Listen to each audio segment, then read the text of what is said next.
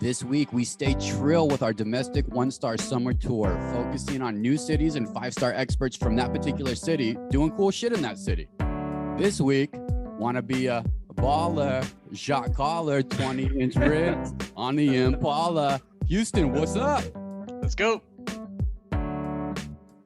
Yo, aloha. Welcome to the One Star Recruits podcast. I'm DK. I am joined, as always, by my best friend of 25 years, Rip. We're a couple one stars. Like you, we're on this journey of life. We're learning, loving, getting better every day with the help of some five-star athletes, entertainers, coaches, celebs, experts from around the world. Welcome back to another episode brought to you by Gibraltar Podcast Network, sponsored by UCAN. On our summer tour, Rip, so far, we have done Long Beach, California, home of your boy Peyton Watson. We've done Iowa City, which with a washed up walk-ons, and our boy AD Gary Barta. It was a great interview. Got a lot of great feedback on that one, Rip. This week, it's the city of Houston, man. Rip, I'm gonna start. I'm gonna do a quick intro for our guests because we have some awesome guests on this episode. I want to start with you though, Rip. Before I do the intros, what comes to mind for you when you think of Space City? Have you been to Houston? Dude, I've never had the privilege of being in Houston. I've flown through it, stopped at the airport. But when I think of Houston, man, I think of three things. I think of Akeem Olajuwon, number one. I think of crazy ass humidity, number two, in the summers, right? I mean, that's right off the top of the head. And number three is fucking oil. That's where we get our oil, man. So yeah, those are the three things I think of when I think of Houston. Maybe we can get some more interesting stuff on throughout the course of this pod, though. Yeah, man. I think three things go to me too. That's why I'm so fired up for this particular episode. I'm going to intro our guest, man. I'm going to start first off with the host of the Noble and Roosh podcast and the State of Rockets podcast, a rapper who went to the USC Law School. He's followed on social media on Twitter by James Worthy, Corey Kispert, Daryl Morey, and many others. My man is a diehard Rockets fan. Houston everything. He's a dog lover. We got a dog named Marty. Roosh Williams, what's up, my man?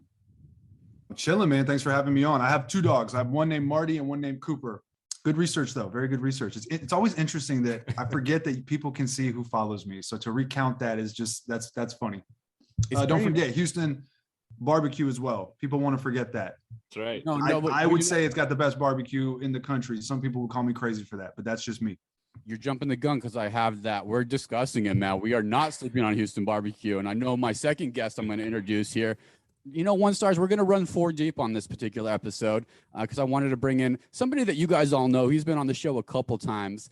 Unlike Roosh, we're joined by a friend of the pod. He's from the amazing Shooting 2 podcast. He's also a Houstonian. Since I did the Twitter followers for Roosh, my man Aunik has 882 followers on Instagram. Nobody famous. He's also a Trojan. That's right. Soon to be first-time father, and also a dog lover of two dogs, including the most adorable pug you'll ever meet. Aunik, what's up, my man? Hey, man, thanks for having me on. It only fitting. I figured at some point you guys would come around to Houston. Lot to talk about. I'll tell you what, like from a sports perspective, comes in waves for this city. I'll put it that way. Yeah, and I think one of those waves is coming. I mean, Roosh, right now you got a wave going down right now. I think 110 degrees right now. Is it too hot for Purple Drank at 110? You know, it probably is, but believe it or not, I am actually in Los Angeles. I live in Los Angeles. So I'm Houston born and raised, came out here, as you mentioned, for law school, stayed out here, work out here still. And it's fucking hot out here, though. So it's hot for Purple Drink no matter what, unless you're trying to slow it down on a chill night. So. Do you get shit for living in LA and hosting Rockets pods, or you still get respect for that? Is that cool? Like, no one's gonna give me shit for that, man. I mean, look, I if anything, I would say it's the opposite, right? Because I put in a lot of time despite being out here, you know. But it's fun because it helps me stay connected to the city, right? I mean, I've only been gone. I moved out in 2016, so it's almost been 6 years, which. Shit, seems like a long time, but I was back for almost a year because of COVID, right? Like, so I've been working remote, so I went back and stayed home for almost a full year. So still very, very connected. I still got deep roots in the city. Hell yeah! How about you, Aunik? You still connected? I know your folks are still there. You getting back regularly? Yeah, I go back regularly. My folks moved out from, Lake Jackson. They moved back to Austin. So it's a little more fun for me to hit them up. I got nieces and nephews now, but just going to Texas feels good, man. Feels like it's going home. This is awesome. This is going to be a good show. We'll start with a little Rockets to get into it. Just for me, real fast, I got to get you an update because this is a bit of a different DK. Aunik, you know me. You know I'm a big Cron smoker. I'm on no Cron. This, bro, is day 9 for me with no weed. I haven't done it in about 3 years. Usually I kind of do an annual, break. So I'm a little bit clear, but I might not be as creative. So if you guys got funny jokes or some hitters, I feel like the weed creativity helps me in my podcasting, so feel free to hop in. But along those lines, Aunik. Oh, wait, hold up, DK. Roosh had a question there. Oh yeah, go ahead. Go ahead. So why? Well, two things. The main reason, and this is romantic, but fuck it, it's the truth. I stopped dreaming, and I want to dream again. I actually really, really enjoy the fact that it suppresses dreaming. Really? I don't like dreaming. I've had some crazy fucking dreams in the last 9 days that I don't think I like dreaming anymore, but damn it, I'm waiting for a sign from somebody of some wonderful dream. Maybe it's that take this podcast to the next level, but that's one reason to dream again. The other reason is I had a really dramatic week. I had a dog. We found out she had a tumor on her spleen. We had to immediately do surgery, pull that spleen out. Thank God she's cancer free and here. But my sister during that time, she said, fucking be in your feelings, because I'll suppress that shit till the cows come home. And I was in my feelings for a couple of days. I said, this is my month. Let's do it. So here I am. So I want to throw that out there, fellas, so you guys know that I'm Cron free. I'll be back. Don't worry. All my smokers out there, I'll be back. I love the it. PSA. I'm happy for your dog. I will say anytime I've done something like that, I always emerge from it thinking, why did I do that? I didn't gain anything. The only thing that's different is that I was just not high at all. So like, what's the point, right? So maybe you lost a little bit of weight though. Maybe you took a couple of LBs off. Maybe. I still eat like a dog, so I don't know. Yeah, shit. Well, Aunik, I'm along that line without my weed. I'm doing a half marathon coming here in September in Kauai. I've started my training. I know you did beta breakers. That's right. You were successful. Just give me. I'm on week 2 of training. I'm up to 3 miles now. I'm about a 10-minute mile. If you could go back to your training at this stage, what would be one thing that you would implement that is top-notch, most important for me to start plugging in this week? Obvious thing as we all get older, stretch all the fucking time. Like that's number 1. Number 2 is don't worry about your speed per mile. Like I just got 2 in my head of like, I was in like the, 10-minute, 9.5-minute range. I was like, oh man, everyone's running like 8.5-minute miles. Just keep your legs going, reasonable pace for as long as you can go, and let the other stuff take care of itself. It's all about distance over speed. Yeah, that's great advice. How about I've been a puss and I haven't got the Theragun because it costs $400. Should I do it? Should I just pull the trigger? I'd get a knockoff version. You're gonna now that you said that your Instagram is going to be loaded with them, just pop one off of your Instagram feed. Oh, sweet Lord Jesus. All right, boys. Well, there's the update on where we're at. Let's dig into Houston. Roosh, tell us a little bit about your podcast, high level. And then I want to dig into a little game with an expert and a fan with Aunik and you. But before we get there, just give us a little update on the state of the Rockets. Yeah. So I got 2 podcasts. So one is hosted by Ball is Life. It's the #1 most downloaded podcast on the Ball is Life podcast network. That's my tagline. It's the Noble and Roosh Show. It's one of those things that came about from Twitter. I met my co-host Zach Noble through Twitter, and basically we interview. Honestly, we get exclusive content. It's pretty cool. We get exclusive interviews with NBA players, both current and former, and a wide range of them. Right, some of them are like fringe NBA guys trying to make it in the league. Some of them are guys like Miles Turner or Nikola Vucevic, and then some of them are just guys like James Worthy, for example, where it's like that's a legend. So that's pretty cool. So we interview players like that. And then we also interview beat writers, journalists, bloggers for the different teams. So it's kind of cool. It's kind of like taking Twitter, putting it on a page and bringing it to life. And then State of the Rockets it's audio and video, but we focus a lot on the YouTube portion of it. And that's been a lot of fun with my co-host Jackson Gatlin, who does a lot of stuff for on Rockets Twitter as well. And yeah, man, we do a weekly episode we record on Thursday nights typically, and we drop it on Fridays. And we just kind of highlight all of the Rockets news that is pertinent or relevant at that time. So check both of those out, man. They've kind of, I wouldn't say they've taken off, and we're not like, a huge podcast, but we do pretty well for what we do. So I'm proud of it. just real quick, because our show's interview based as well, do you have a favorite interview you guys have done? And not necessarily like the biggest name or anything like that, but just like the interview that felt best to you. Like you look back on it like, damn, that was a great interview. So we've had a lot. Off the top of my head, without looking up the guests, I always forget, dude. Anytime I talk to someone about it, I'm like, yeah, we've had, let me look it up, and I forget who the fuck was on it. But one that sticks out is Sam Decker. We had Sam Decker, former Wisconsin Badger, former Houston Rocket, because we got him at a time where, for anyone who's listening, I don't know if you recall Sam Decker, but he was a first-round pick. I think he went to they went to the finals, right, in the NCAA tournament. Lost, I'm pretty sure, if I remember correctly, they lost. And then first round pick with the Rockets, had like a back issue, never really caught on in the NBA, got traded in the Chris Paul trade, and then bounced around, I think, one more time from the Rockets to the Clippers. And then I think also to the Wizards, kind of fizzled out of the NBA, went overseas, played in Russia, played in Turkey, made his way back to the NBA with the Raptors and ended up getting waived this past season. But when we talked to him, it was when he got signed with the Raptors before he got waived.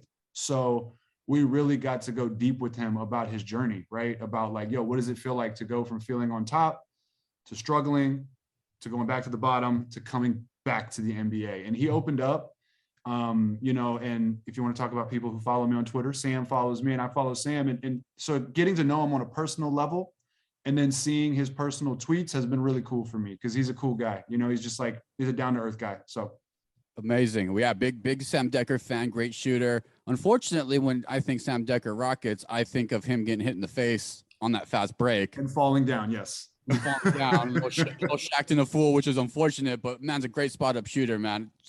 Go back. I can't believe, Roosh, all of the amazing guests that you guys have had. Inspiration for us, man. It's a great story. Aunik, so that's the expert with Roosh. We got the Aunik. I'm going to fucking give you an expert too, Aunik. I think you're pretty damn smart in this, but you're more the fan. What's your Rockets background real fast, high level? Break it down. My Rockets background is I've been one of those fans. I've been in Cali now since 2010 when I came out here from Houston. So I was able to withstand that peer pressure of like, oh, why are you still rocking the Houston threads and supporting this Houston teams? There's some rough patches in there, but I've been ride or die with my Rockets, and I just think back to having immigrant parents, like they bought a big screen TV for the 94-95 finals, and it's ingrained in my memory, of like what that experience was like, getting the big screen, watching my dad get into American sports. And it's a bigger part of just like supporting the team. It's like part of my DNA now, right? At this age. So, they are not only a league pass team, but they're my team. They're my hometown team. And I always want to know what's going on with my Rockets. I'm so proud of you for not hopping on the Warriors bandwagon. That's so many and you stay true. I know you enjoy watching the Warriors do what they do. And look, I've been to those game 6s and game 7s, in Oracle versus versus my Rockets, where I would wear my James Harden jerseys. Full disclosure, wearing a James Harden jersey to then Oracle, man, I got popcorn thrown at me. Wearing my Olajuwon jersey to Oracle the next year, man, that was much better. No one yelling at me, only props. Hey, what about going to baseball games with one of these bad boys on? Nobody goes to the games in Oakland where Aunik lives. So that's right. That's true. Right. No one's going to A's games. Dude, teed up perfectly, fellas. Teed up perfectly for what we got next year. We're gonna do an expert versus the amateur here in a little Rockets game, so we get a little flavor of where you guys at. I'm gonna pass it over to you, Rip. Let's see if we can stump these fellas. All right, guys. So yeah, we're gonna get into some Rockets talk. We're gonna start a little game beforehand. I got 3 questions, Rockets based. Obviously, some are stat questions, and the last one is a Houston guy. So just we'll pass it to both of you guys. And so let's go number 1. Who's higher on the list of 3-pointers made in a Rockets uniform? I'm going to give you 3 options, and you can rank them from highest to lowest with your guess. So we're going to go Vernon Maxwell, Trevor Ariza, and Eric Gordon. Who has the most 3-pointers made in a Rockets uniform? Roosh, let's go with you first. I'm going to go Ariza, Gordon, Maxwell. All right. Good get on it. I'm going to flip the first 2. I'm going to go Gordon, Ariza, Maxwell. That's it right there. That's the answer. Eric Gordon has 969, Trevor Ariza 876, and Vernon 730. I think it's because these are the lost years of Eric Gordon, right? Like he's still hitting threes as well, Ariza had didn't he have 2 stints right in Houston, and then Gordon kept getting injured. So I thought maybe those corner threes added up. Well, and Gordon's like some of those games that Gordon's attempting like 23s in a game. So I mean, the game's changed a little bit too over the years, right? So true. Good guesses, guys. Let's go number 2. Who is the all-time leader in steals for the Houston Rockets? Hakeem Olajuwon. Aunik? I'm gonna go James Harden. He was there for a while. Not only is it not James Harden, it is Hakeem. That's Roosh. Well He almost double anyone else. He has 2,088 steals, which is actually 9th all time across the entire NBA. He's the only center in the top 25. I'm pretty sure he's the only player, or one of the only players, to ever lead the season in steals per game and blocks per game, I think. And so that's where I was like, it has to be Hakeem. Damn. That's amazing. Yeah, just longevity and just greatness. Last one. This is a 2-parter. First part for Aunik, second part for Roosh. So as far as I can tell, there's only one Houston native to ever have played significant minutes for the Rockets. Aunik, the first part for you. Who is it? It's in the last 5 years. Houston native that had a pretty good role in the Rockets over the last 5 years. I'm gonna have to punt this answer. I don't know do enough homework on my squad. Take a guess, Aunik. Take a guess. KJ Martin.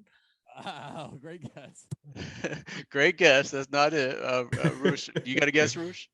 This is you've been in LA the last 5 years. You're not connected. No, but I'm racking my brain. I'm just going through like we'll edit the shit out of it. The different iterations of the Rockets, right? We had Harden. No. So many players over the last 5 years. CP, Russ, no. Ariza, no. So it's not a star. When I say significant minutes, it's like 15, 20 minutes a game, not just someone who never played. So. Right. I'm trying to think. Who are the bench units? Ryan Anderson. Oh, Gerald Green. That's it. Gerald Green. And that Gerald Green. I mean, he's still doing it in the Big Three. He had a great year in the G League. He's the ultimate Houstonian. So, Roosh, this is my second part of the question for you. Gerald Green has lots of respect in the city. He had a quote actually saying he would die for the city of Houston.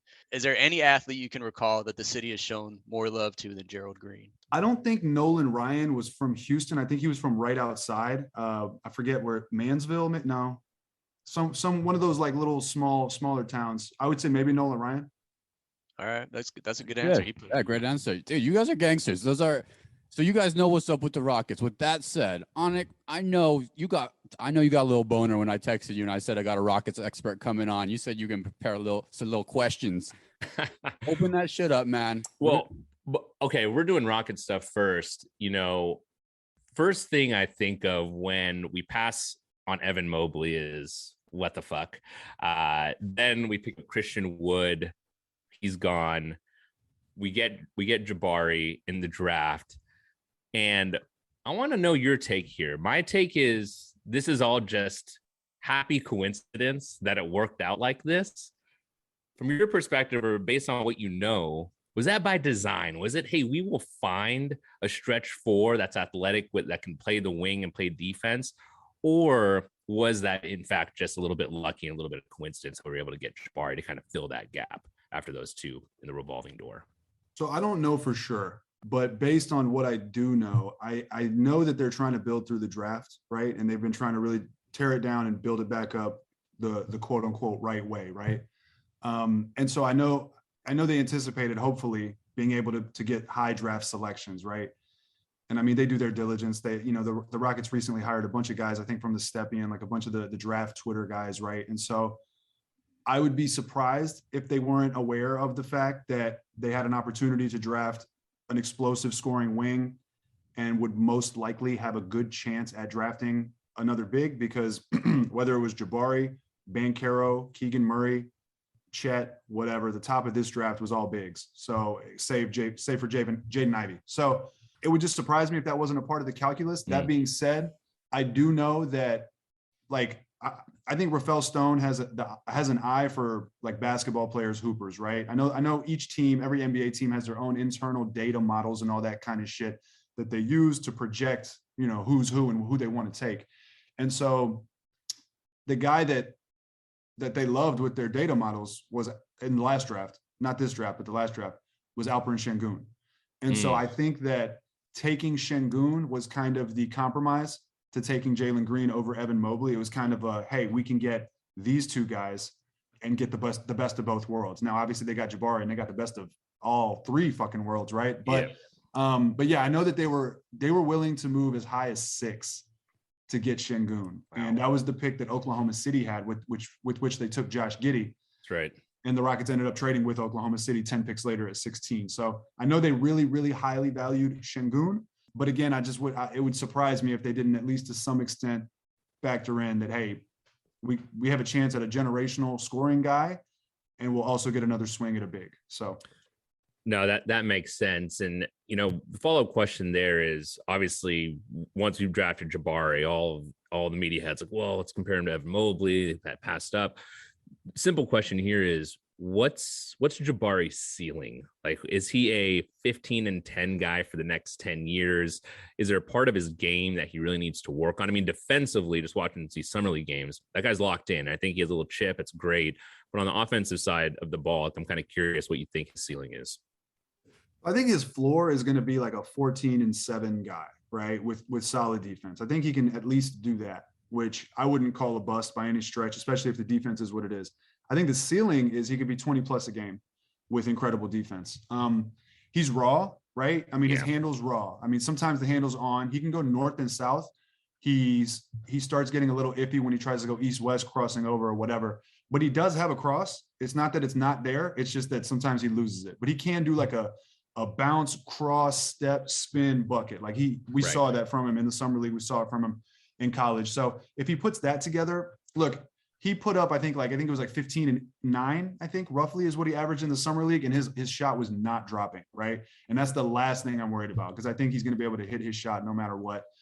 It's just a pure release. It's like one of those where I'd be dumbfounded if he doesn't start hitting it sooner than later. So if the shot's there, if they feature him the right way, and then if he puts that last piece together where he can dribble, because he can already get to the elbow, catch the rock, face up, triple threat, jab, boom, right? He kind of lacks that ultimate threat of actually putting the ball on the floor, right, in terms of being elite at it. But again, he can do it. So if he gets that to a level where it's beyond respectable, we could be talking about like Kawhi-ish. Kawhi was like a dead-eye 3.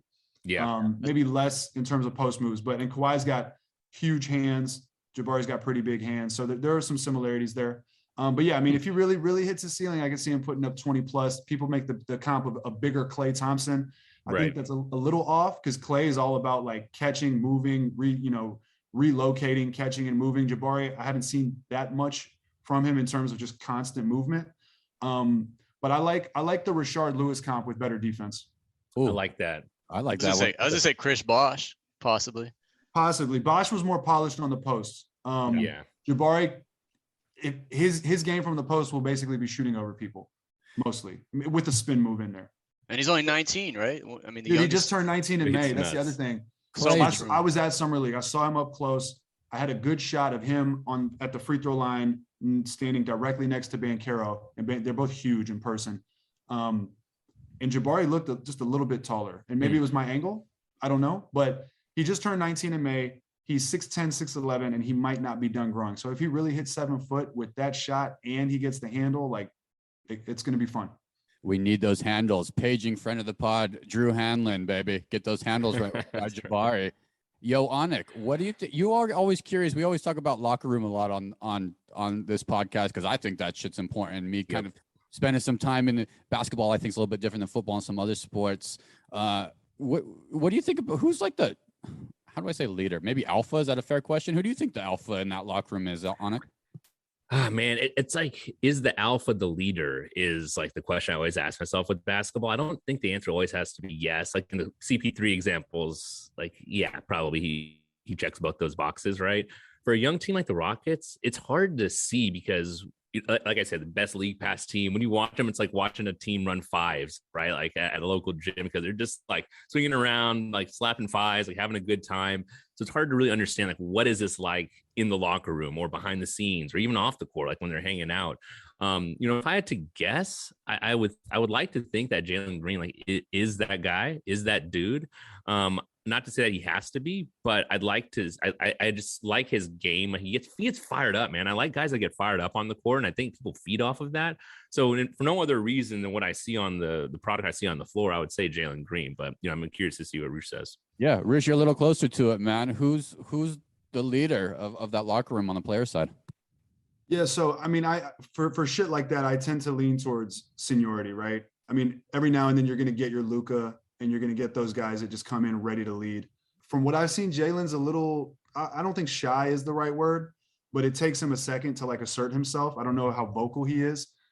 Before the entrance of Jabari Smith, I would say by example, the leader by example is probably Eric Gordon, and the leader all around, just in terms of, by example, vocally in practice, probably I would say Jayshawn Tate. There was an incident when it was before the 2020 season, before Harden got traded. It's when all that shit was happening, where Harden and Jayshawn Tate got into it in practice, and Harden got pissed off at Jayshawn Tate. I think he threw a basketball at him or something like that. And you can just kind of glean from that example that Tate is barking and not backing down. And then after watching Jayshawn Tate for 2 seasons, he barks and he does not back down, and he backs it up, So that combined with the fact that he's 25, 26, and one of the older guys in the locker room, I feel like it's Tate. But I'll tell you, Jabari, being at Summer League, man, I could hear him talking on defense, right? He's yelling on defense. He sets the tone on defense. So it remains to be seen how that will translate, because he hasn't played with Jayshawn Tate, for example. He hasn't played with Eric Gordon. But I would be surprised if Jabari doesn't quickly come in and set a tone in that respect. The table is set. And Aunik, you nailed it there. I said the Charlotte with LaMelo was my squad last year that I was going to try to grab on ticket every time I can. It's switched over to Houston this year. It's an athletic, great team. I'm a little curious. I don't know if you guys are as well. I love Coach Stephen Silas. I worked with him personally in Golden State. He was working directly with Steph and Clay when we got him. Is he the guy, Aunik, still for you? Are we still cool with Stephen Silas for this group? I think there's an element of his coaching style that we don't see like in games, right? And I think there's an element of him just wanting to make everyone just get better. I'm not saying that he's just rolling the ball out there and like, hey, go play, but I think he wants players to prove to him like what they're bringing to the table, so that he can kind of figure out a plan. So I don't want to judge him by any means at this point in his coaching career in Houston. I think the decision that the Rockets need to make, and I hope they're smart about this and patient about this, is he our guy post this rebuild? Like if they accumulate some pieces and make a trade for another star, are they going to ride with Stephen Silas for multiple years, or will it be the unfortunate series of events we see too often in the NBA where it's, hey, we get a big piece, we give our coach 1 year to figure it out, and if he can't figure it out with that star or that established player, he's out of here. So I don't know what they're going to do. Like I said, there's probably a lot that goes on behind the game. I think I like his demeanor. I think it's important to be consistent as a coach, and I think he delivers.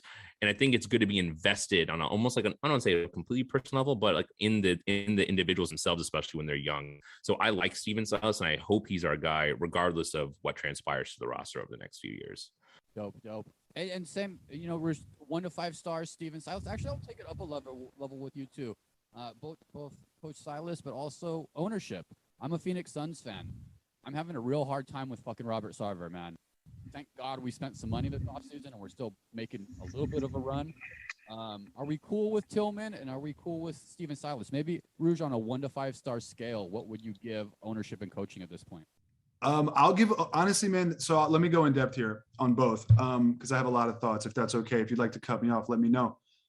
Coaching, I'm going to give it's a 2 or a 3, and I'll tell you why.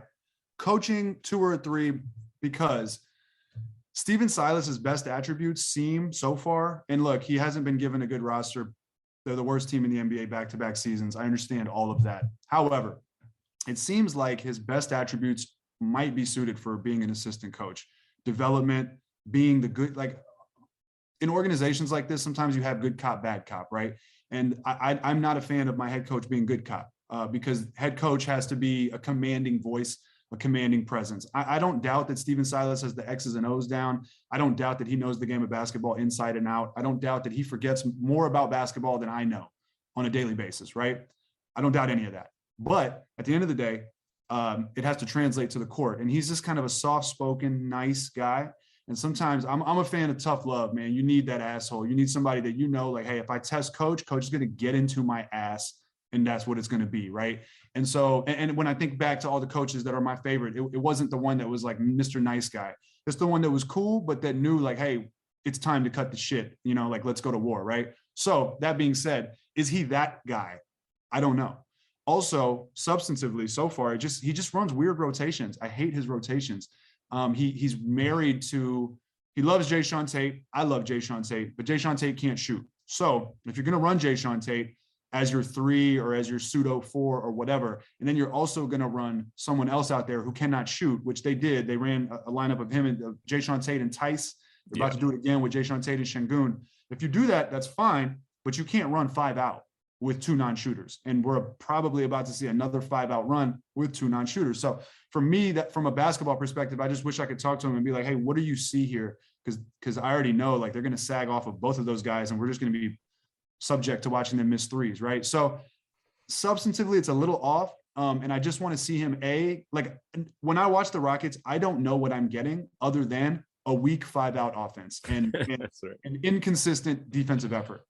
And so I always say this, you got to have an identity, a positive identity. Because like I said, I know they got a negative identity, but I want to know what's the positive identity. What imprint, what fingerprints is Stephen Silas putting on this team where you say, hey, fuck yeah, that's what Stephen Silas brings to the table. So that being said, 2 out of 3. Now, I do know that he had a strong relationship with Christian Wood. I do know that Christian Wood came to Houston largely in part because of his relationship with Stephen Silas dating back to Charlotte. And so now that Christian Wood's out of the picture and appeasing Christian Wood is no longer an issue on the table, I'm willing to look at this with a fresh set of eyes and say, okay, now what?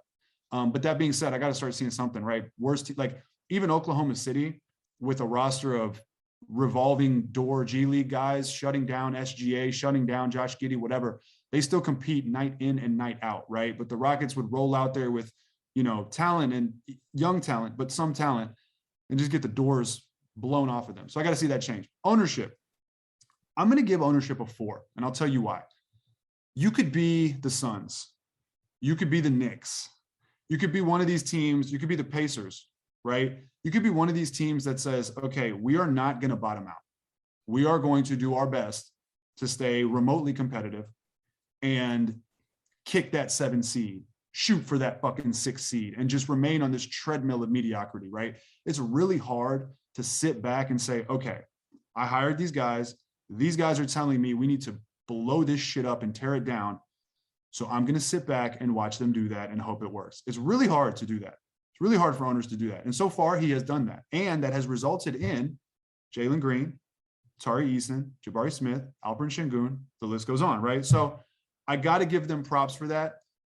People have criticism for when Fertitta came into the fold. We could talk about that if you want to. I honestly kind of feel like some of that's unfounded, because I know how a few things went down, but he seems to have learned from any mistakes and has just staying the fuck out of the way, and if you see, like, he's talking less, he's in front of the camera less. It's just more about process, staying back and just watching things unfold. So I'm happy for that. As fans, it's like you could be the Pacers, right? Going to sign Ayton and trading for Karis LeVert. And they ended up with, what was it? I think they got the 5th pick, 6th pick, which is cool, right?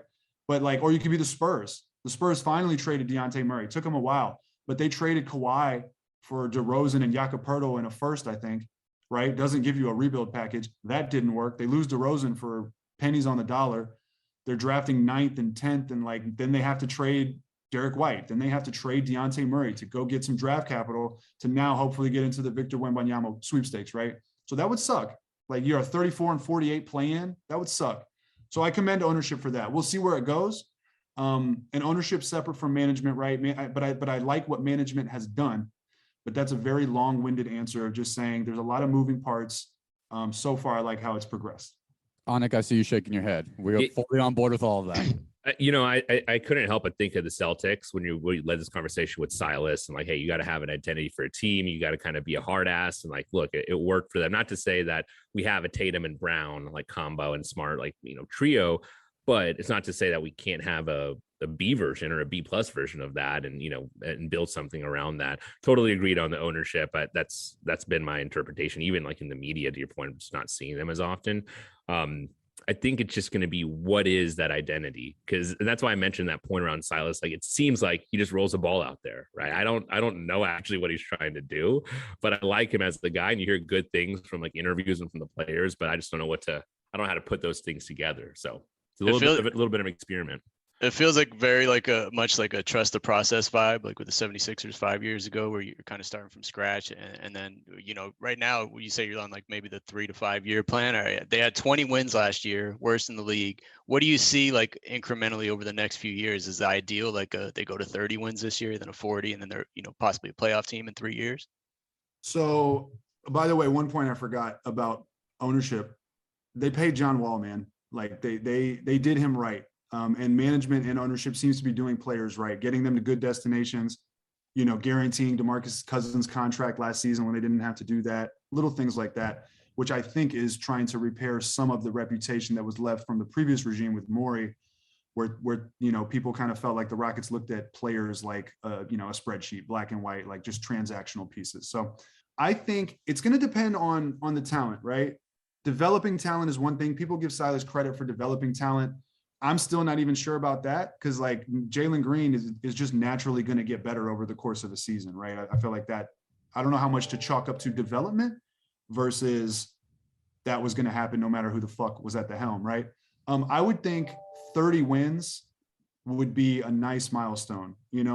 Obviously they're going to want to remain in the Wembanyama sweepstakes, and they're going to want to try to get as high of a draft pick as they can. But if they can hit 30 wins, that would be progress, right? They went from 17 wins in a truncated season to 20 wins, I think it was. I think 20 and 62 in a longer season. They had 10 more games. They only won 3 more. They only had 3 more wins. That's not really impressive. And I think he's like one of the most, just the losingest coached over the last 2 years. Right. So there has to be some material, tangible, like, hey, this team's actually getting better. All the development, they're 19 and 20. At some point, that no longer becomes a viable excuse. So I would think that 30 wins would be good. If they hit 30 wins, that would be like, hey, this might be something, And if you look at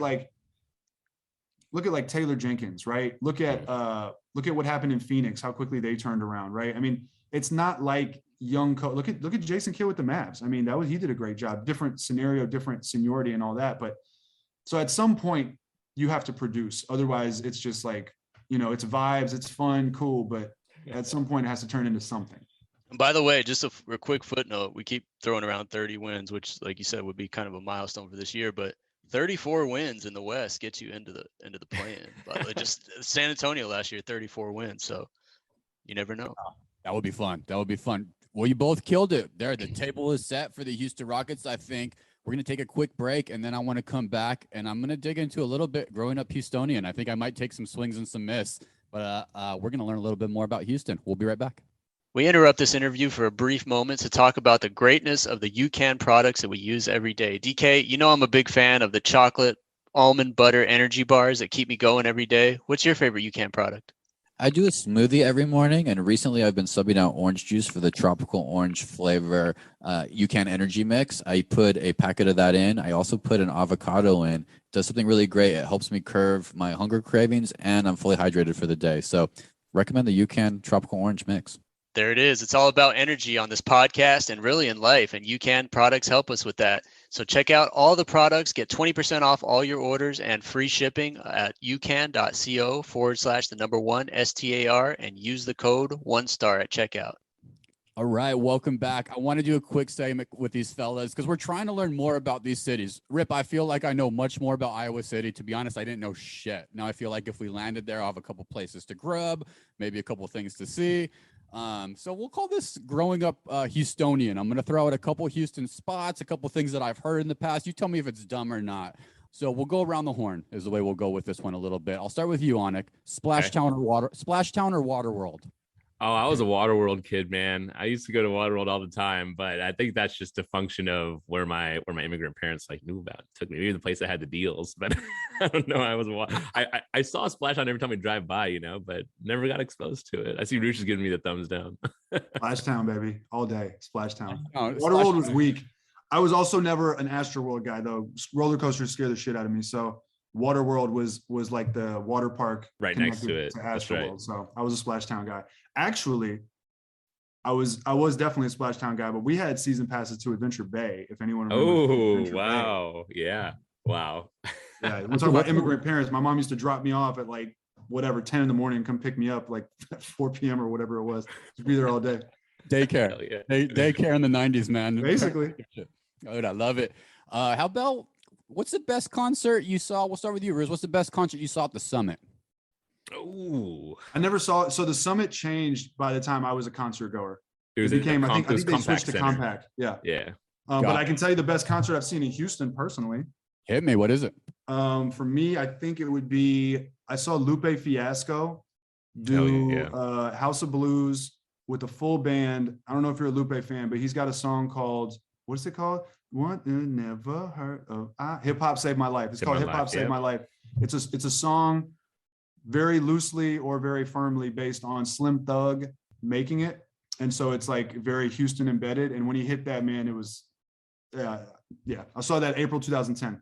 Great show. One of my favorite hip hop albums of all time, Food and Liquor. How about you, Aunik? What concert comes to mind when you think of Compact or Summit, bro? How old was I? 18. Nothing in the same category of rap music, but the first concert I ever went to was at Compact Center. I think it might have been Summit, the late end Summit, but it was a Billy Joel Elton John combo concert with my parents. And it was pretty tight, I gotta say. First concert, it was tight. Immigrant parents shelling out for the Billy John show, man. Billy Joel, hell yeah. Respect, man. Love that shit. Hey, we had Peter Piper Pete's in Arizona. That was a place for birthday parties. You guys have Pistol Pete's, I believe. Best game at Pistol Pete's growing up. We had a Peter Piper's. Yeah, I was just gonna say, it sounds familiar to me. Yeah. Oh, okay, nice. Peter Piper or Pistol Pete's then. Shit. I don't remember the specific games, but if they had arcade games, which I think they did, it probably would have had to be either the Ninja Turtle or the Simpsons arcade game. Oh, great games, man. Simpsons Ninja arcade. Turtle. Ninja Turtle one, man. That's nostalgia right there. Donatello. How about back to school shopping? You're going back to school. It's the late 90s, 2000s. You decide to hit Gadzooks. You cop in a No Fear shirt or a Massimo tee on it? Or Stussy. Stussy too.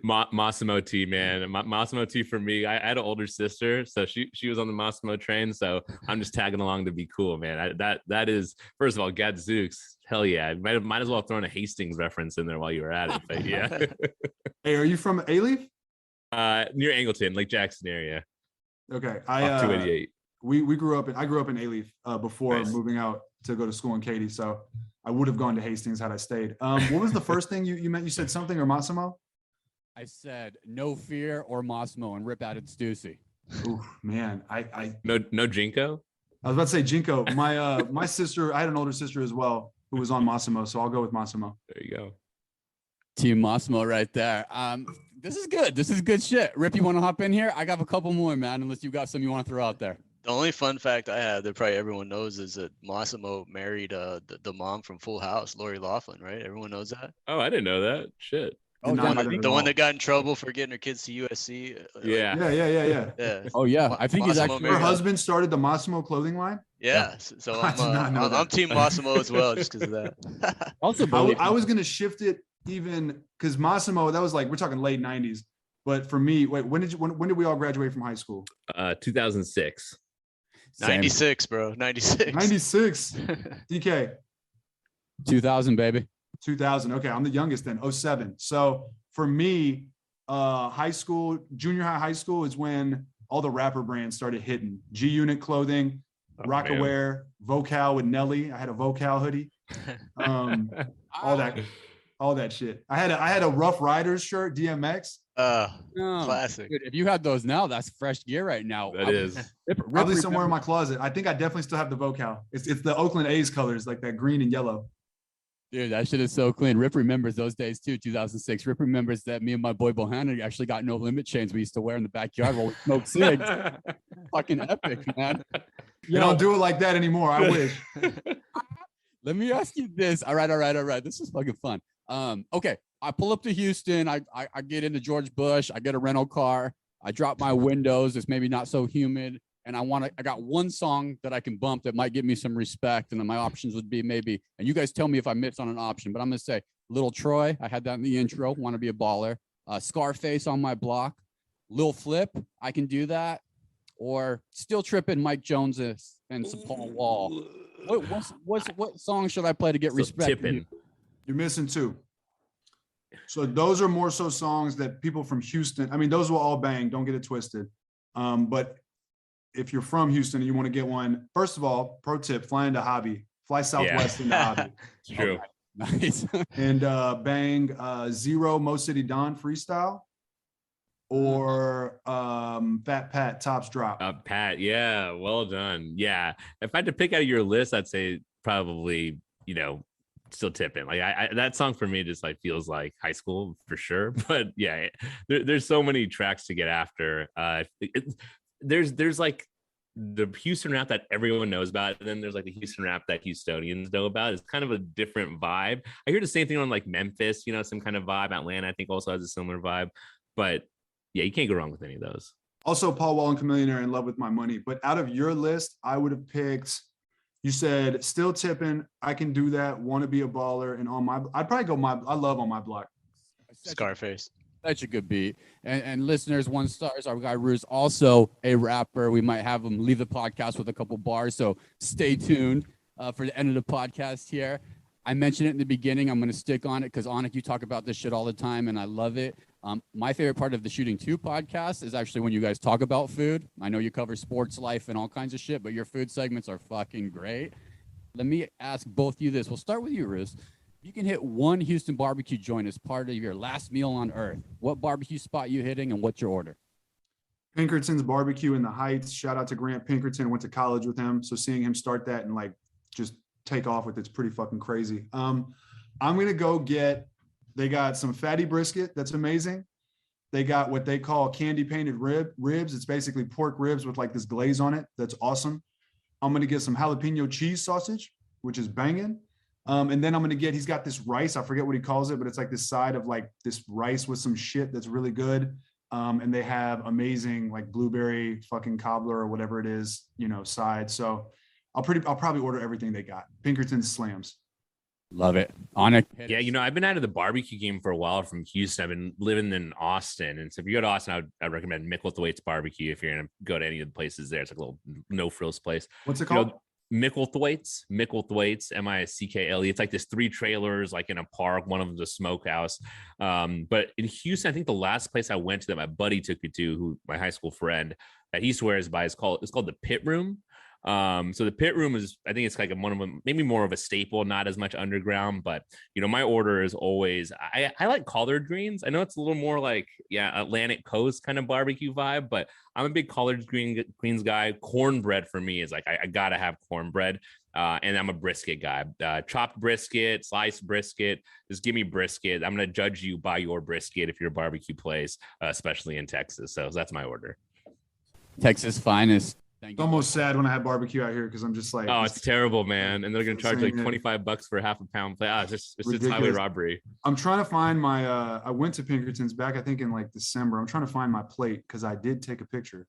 Nice. It was a beautiful plate. If I find it, I'll let you know. Send it over. We'll repost that for sure, man. Hey, on that note, I got to ask Roosh what his thoughts are now that he's been in LA for a few years. Mexicali food, like California Mexican or Tex-Mex? I think it's like, I always had this feeling when I came to California that I was being crazy. Like everyone's like Tex-Mex. So that shit's, it's like, no, for me, it's not even a competition. Like Tex-Mex is the better, way better of those 2 cuisines. What do you guys think? I'm sure Roosh agrees with me, but like, well, I don't know. I just think not Tex-Mex even close. Yeah, it's not even close. I mean, objectively, like, look, Mexican food is Mexican food, right? And we're talking like Americanized Mexican food. Don't get on me for the, the fucking native, whatever. Like, I'm not talking about that. You can do that. That's all good. But Americanized Mexican food, man, Tex-Mex, like, bro, they bring out the fat guacamole in Houston kicks the shit out of guacamole in Los Angeles. It actually blew my mind. Maybe it's just where I go. I've been out here for 6 years though, man. In the city, guac sucks. And it's not even spicy. Like it's weird, man. I'll go to a Kroger and get me some spicy guac all day. Over anything I've had out here. But dude, fajitas, just the sauces, the way that like they bring it out sizzling. Like out here, it's like it's all right. The presentation's okay, the meat's okay, but it does not hold a candle to the original Lupe tortilla or to El Tiempo or to the ninfas on Nav or anything. So, and don't sleep on the queso. That's one of the things that, and this is Team IBS, fucks my stomach up. I'll still do a whole thing of queso to myself with those bomb ass tortillas. So worth it.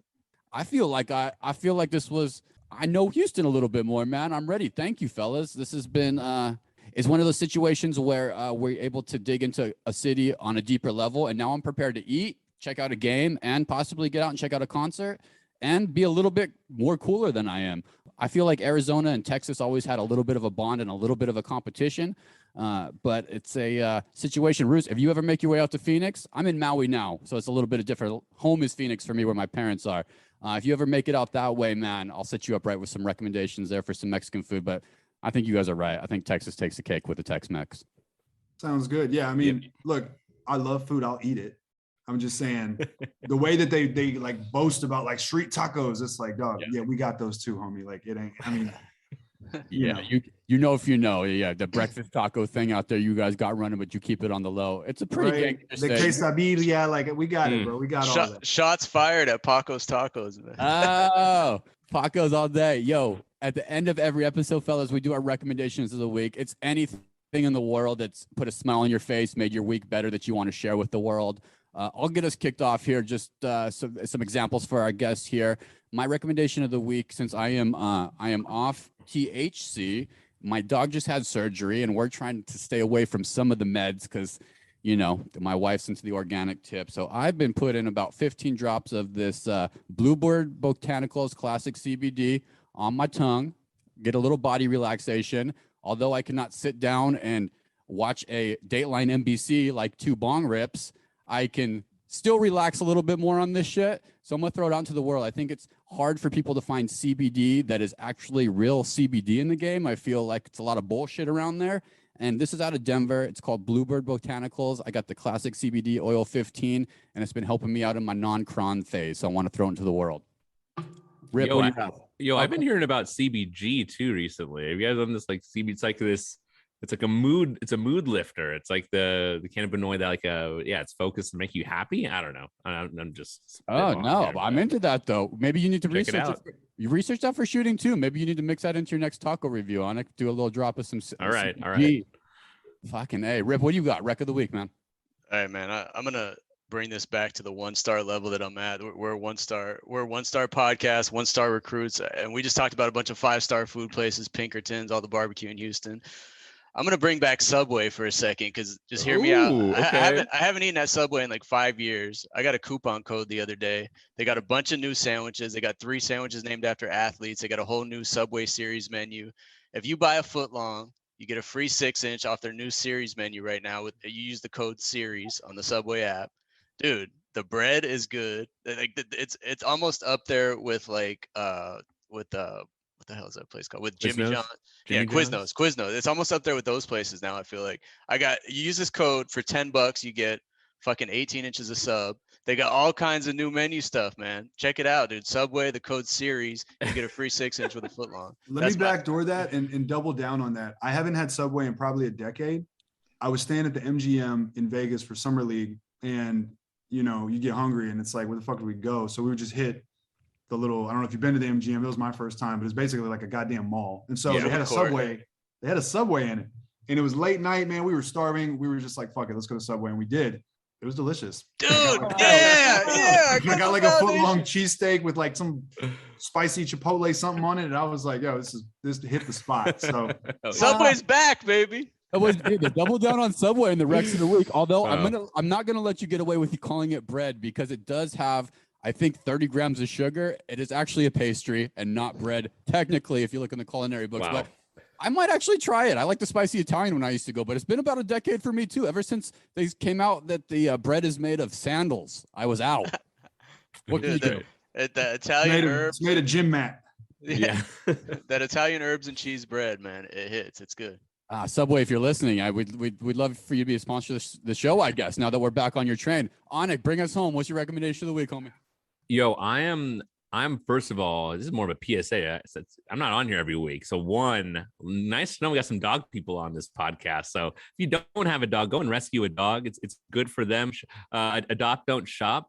What's the deal, Roosh? That was literally going to be my rec. Hell I'm not yeah. even playing. Hell I'm not even yeah. fucking with you. That was going to be my rec. I was man. going to say, if anyone's listening, go get a goddamn dog. Because Go get a dog, man. That's where I'm at. Adopt, don't shop. Let's go. Did you guys just become best friends? Wow. Subway and dogs, man. And Rocket basketball. Since he took mine, which I will fully endorse. Go get a dog, man. I rescued both of mine. They're my best friends in the world. I mean, life-changing, literally. So if you're on the fence, do it. Since he took my wreck, I recently started watching a show called Alone. It's on, I think it's on the History Channel. Nice. I don't know. I think I downloaded the History app. Basically, they drop 10 people in bumfuck Canada, and whoever lasts the longest wins a prize. I think $500,000. But yo, these people do some crazy shit. I mean, they're out in the wilderness for like 50, 60 days or something, starving, like using bows and arrows and killing squirrels. And I mean, it's crazy. So it's one of those things where you watch it and you're just like, man, how long would I last? Probably like 2 days. So I love that. Yo, I just finished that season 8 last night with my wife. That show is phenomenal. I haven't seen season 8. I've been watching season 9, and there's like 2 more episodes left. So it's not like a Bear Grylls situation where they pick him up in the middle of the night and he's staying in a hotel and shit. These people know what the hell they're doing. It's not like that Naked and Afraid stuff. Like, these are professional, like, survivalists. It's impressive shit. Bro, they build shelters, and like some of their shelters look kind of like, you could like probably Airbnb one of them, I'm sure. You know, and they got bows. I'm telling you, bows and arrows. They like use wood to make like a little fishing pole, and they'll catch trout. Like, it's wild. They can only bring a certain amount of items with them, and they're stuck. They have like an alarm if they're basically about to tap out. They hit the button and they're like, I'm done. Or I think they can communicate to say like, hey, I need like a medical checkup. So great Rex, fellas. Amazing recommendations. I'm gonna hop into Alone, and I might try Subway. I don't know. I might. We'll see. Amazing. Hey, Roosh, where can we find you one more time for the listeners?